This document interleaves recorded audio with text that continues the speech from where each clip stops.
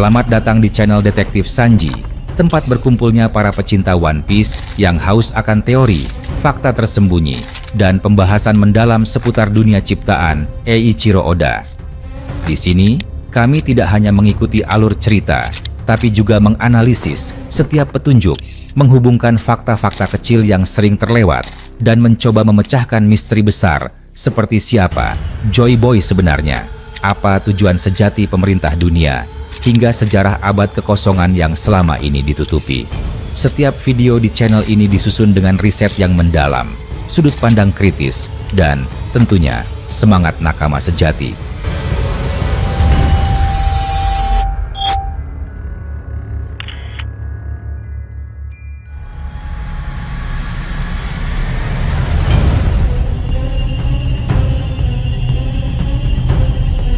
Pertempuran besar di dunia matahari kini mencapai titik kulminasi, membuka babak baru yang lebih gelap, lebih kejam, dan lebih emosional dari sebelumnya. Bab kali ini bukan hanya kelanjutan dari yang sebelumnya, melainkan pendalaman dari konflik yang selama ini perlahan mengkristal menjadi perang total yang akan menentukan arah sejarah dunia. Dunia matahari bukan lagi sekadar tempat. Ia kini menjadi arena pertarungan antara kehendak bebas dan dominasi mutlak, antara semangat para pejuang yang masih percaya pada harapan, melawan tirani kekuatan kegelapan yang ingin membungkamnya. Narasi dibuka dengan gambaran mengerikan. Medan perang membara di bawah cahaya matahari yang tak lagi terasa hangat. Suara dentuman, teriakan prajurit, dan derak bangunan runtuh menjadi simfoni neraka yang menggema dari segala arah. Para raksasa dari berbagai desa telah berkumpul di titik itu. Mereka datang dengan harapan untuk mempertahankan kebebasan, untuk menolak menjadi alat dari kekuatan yang bahkan tak mereka mengerti sepenuhnya.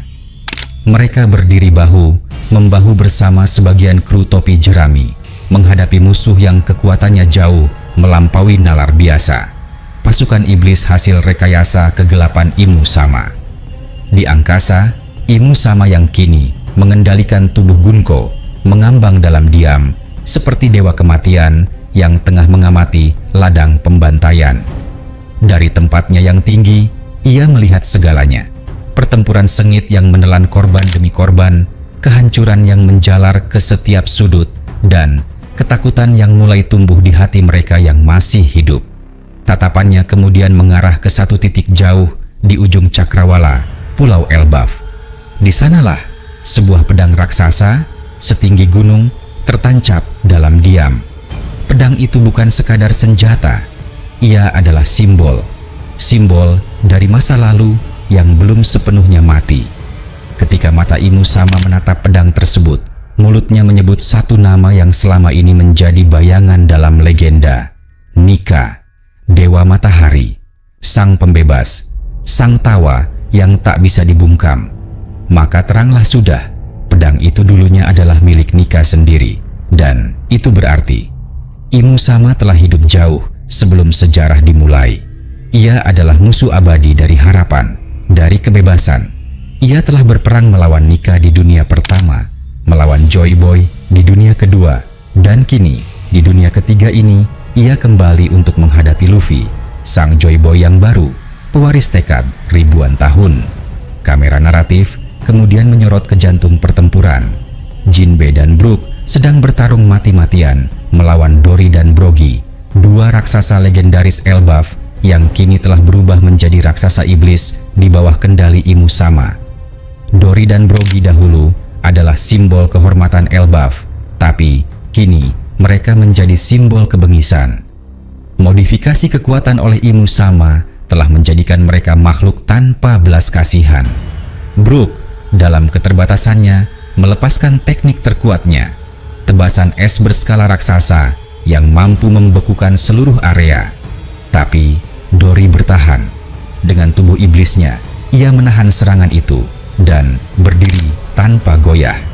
Kekuatan Brook terkuras habis. Nafasnya tercekat, tubuhnya lunglai. Dory melihat celah itu, mengangkat senjatanya dan siap melayangkan serangan balasan. Dalam momen kritis itu, ketika semuanya tampak akan berakhir, dari kejauhan terdengar suara tembakan. Pop Green yang ditembakkan Usop menghantam Dory dan mengalihkan perhatiannya.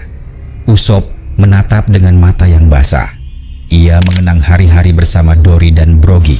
Dari Little Garden hingga hari ini, mereka dulu adalah pahlawan yang ia kagumi. Kini, ia menyaksikan mereka menjadi monster. Air mata Usop jatuh. Ia tidak tahu bagaimana cara mengembalikan mereka, tapi ia bersumpah akan menemukan jawabannya, bagaimanapun caranya. Namun, tragedi belum selesai. Saat Usop berusaha membantu Brooke, dari belakangnya muncul monster mimpi buruk ciptaan Gillingham, makhluk hasil eksperimen gelap yang diperkuat langsung oleh kekuatan Imu Sama.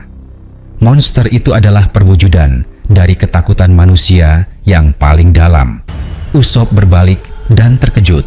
Ia tahu ia tidak bisa melawannya, maka ia lari secepat yang ia bisa sambil menahan tangis dan rasa bersalah karena tak mampu berbuat lebih.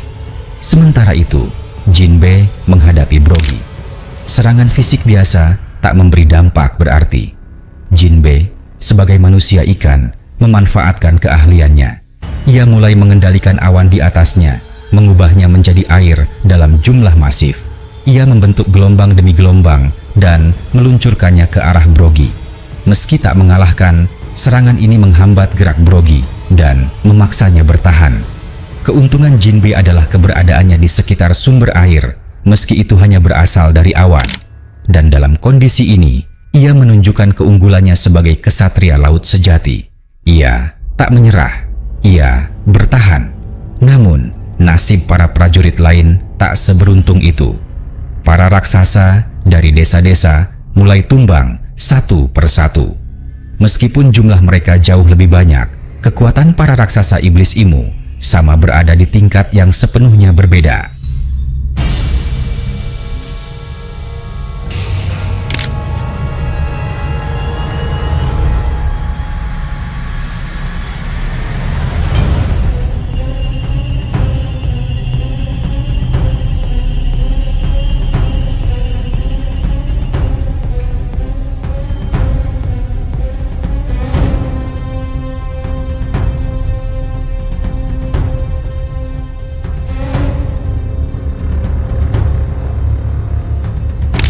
Mereka bertarung tanpa rasa takut, tanpa lelah, tanpa perasaan. Robin dan Nami melihat ini dan sadar, jika mereka tidak segera mengubah strategi, seluruh pasukan Elbaf akan musnah. Maka mereka segera memerintahkan pasukan untuk mundur ke posisi yang lebih strategis. Dengan kecerdasan mereka, Robin dan Nami menyusun rencana baru di tengah kekacauan yang berlangsung, berharap bisa membalikan keadaan meski hanya sedikit. Langit kembali menjadi panggung narasi. Imu Sama masih melayang, seperti bayangan nasib buruk yang menolak menghilang. Dua kesatria suci, Somers dan Gillingham, akhirnya tiba. Mereka berlutut di hadapannya. Gillingham dengan suara bergetar bertanya, "Apa yang sebenarnya terjadi di Marijoa?" Imu Sama menatap mereka lama sebelum menjawab. Marijoa diserang. Pasukan revolusi dipimpin langsung oleh Dragon menyerbu jantung kekuasaan dunia dengan terang-terangan. Ini bukan sekadar pemberontakan. Ini adalah deklarasi perang. Namun, Imu Sama tidak khawatir. Kekacauan di Marijoa hanyalah pembuka. Ia tahu badai yang sebenarnya belum tiba. Ia melihat lebih jauh ke depan, perang besar yang akan mengguncang seluruh fondasi dunia. Karena itulah ia datang ke Elbaf. Ia ingin memastikan bahwa negeri raksasa itu ada di pihaknya. Ramalan kuno telah berbicara, keberpihakan Elbaf akan menentukan siapa yang menang dalam perang besar yang akan datang. Dan kini, dengan kekacauan yang telah ia timbulkan, Imu Sama percaya bahwa waktunya hampir tiba.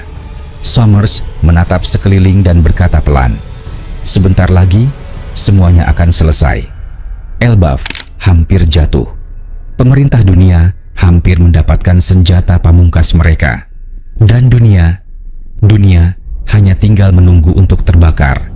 Di tengah langit Elbaf yang mendung dan penuh dengan hawa kematian, Imu Sama yang saat ini tengah merasuki tubuh Gunko menatap tajam ke arah Somers. Sorot matanya bagaikan belati dingin yang mampu membekukan siapapun yang dipandangnya. Dalam keheningan yang mencekam, suara Imu Sama terdengar pelan, tapi penuh tekanan. Jangan lengah, hanya karena saat ini kita terlihat unggul. Permainan ini belum selesai, seseorang masih belum menunjukkan diri. Suasana langsung terasa berubah. Semua orang tahu siapa yang dimaksud, Luffy. Ya, Luffy.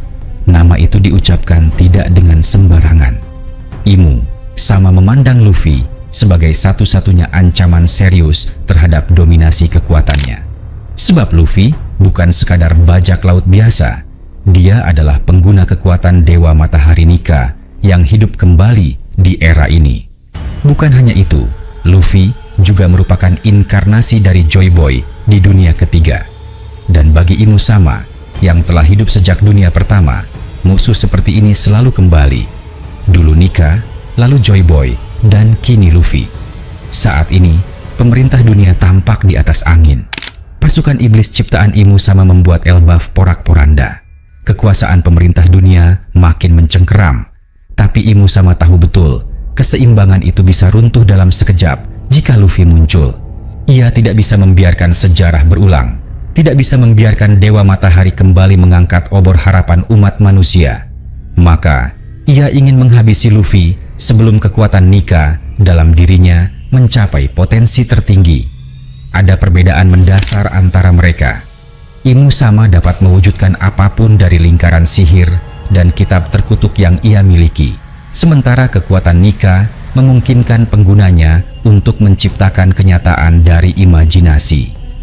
Imajinasi adalah sesuatu yang tidak bisa dikurung. Dan itulah yang membuat Luffy benar-benar berbahaya. Sementara itu, di tempat yang jauh dari Elbaf, di Pulau Hachinosu, pertempuran lain berlangsung dalam skala yang tak kalah kacau. Awalnya, pulau ini menjadi titik bentrok antara bajak laut Akagami, bajak laut Kurohige, dan satuan kecil angkatan laut yang dipimpin oleh veteran legendaris Sengoku. Namun, semua berubah drastis ketika armada utama angkatan laut tiba, dipimpin oleh Kizaru. Tak hanya itu, Kizaru juga membawa serta 3 serafim untuk memperkuat pasukannya. Namun, justru disinilah malapetaka dimulai. Kehadiran serafim seharusnya menjadi keuntungan bagi angkatan laut. Tapi, Katarina Devon dengan kelicikan khasnya membalikan keadaan sepenuhnya. Karena pernah menyentuh Saturn saat pertempuran di Pulau Egghead, Devon mampu meniru wujud Gorosei Saturn secara sempurna, bahkan hingga detail suara dan aura otoritasnya. Tanpa ragu, ia memerintahkan serafim yang diprogram untuk tunduk kepada otoritas Gorosei untuk berpaling dan menyerang semua musuh dari luar bajak laut Kurohige. Program otak serafim segera mengenali identitas para pihak. Mereka langsung menganggap seluruh angkatan laut dan bajak laut Akagami sebagai ancaman. Serangan brutal pun terjadi. Marinir berpangkat rendah mulai tumbang satu persatu, tidak sanggup menghadapi kekuatan buatan yang tak mengenal rasa lelah. Bahkan beberapa Vice Admiral pun kewalahan. Mereka mencoba menghentikan 3 serafim, tapi hasilnya nihil. Dalam sekejap, medan pertempuran berubah menjadi ladang pembantaian yang tidak terkendali.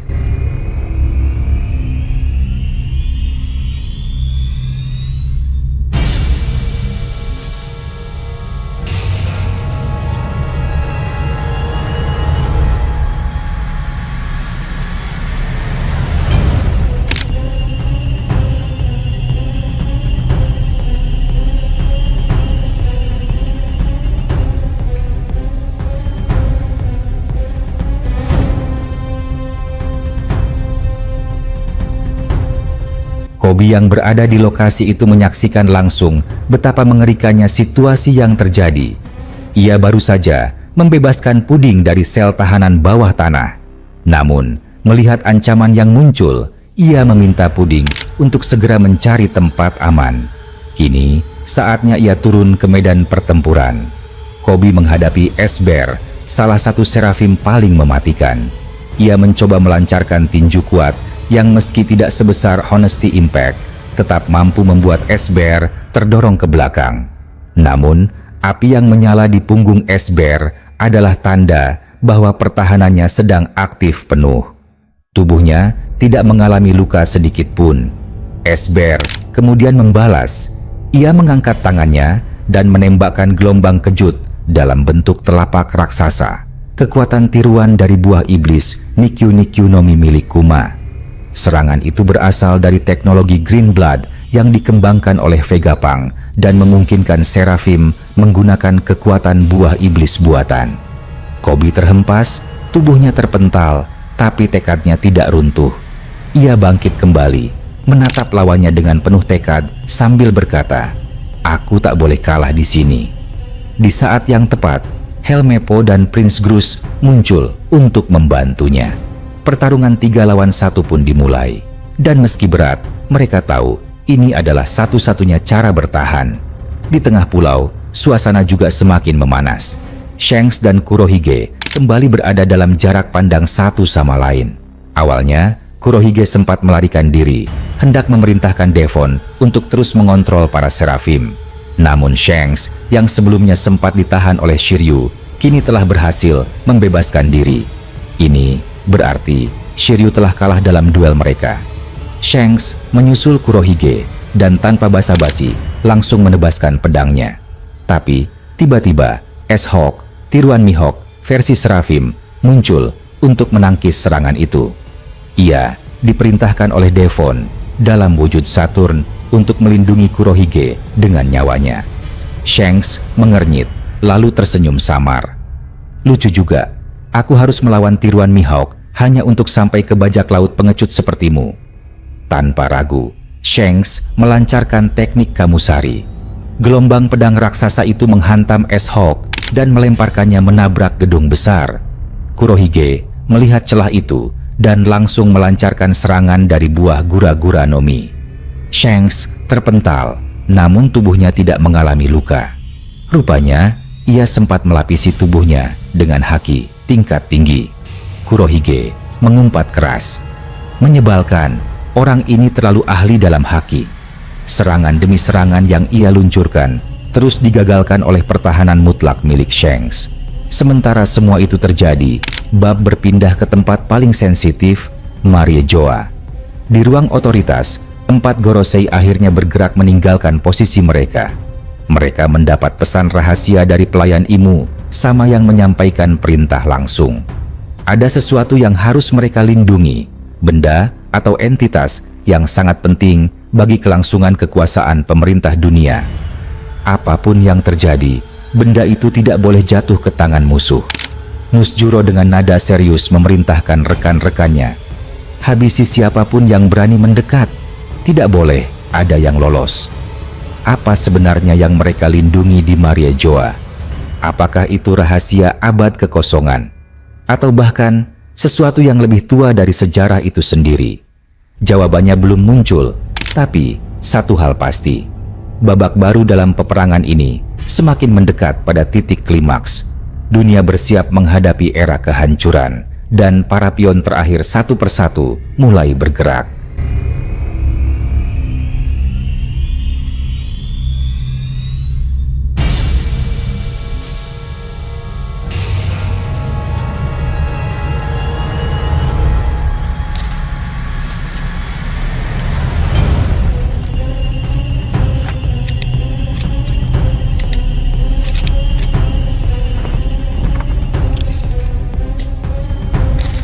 Terima kasih sudah menyaksikan video ini sampai selesai. Kalau kalian menikmati konten ini, jangan lupa klik tombol like, tinggalkan komentar di bawah, karena semua teori dari kalian juga sangat berarti dan bisa jadi bahan diskusi di video berikutnya. Dan tentu saja, klik subscribe serta aktifkan lonceng notifikasi supaya kalian tidak ketinggalan update terbaru dari kami. Sampai jumpa di video selanjutnya.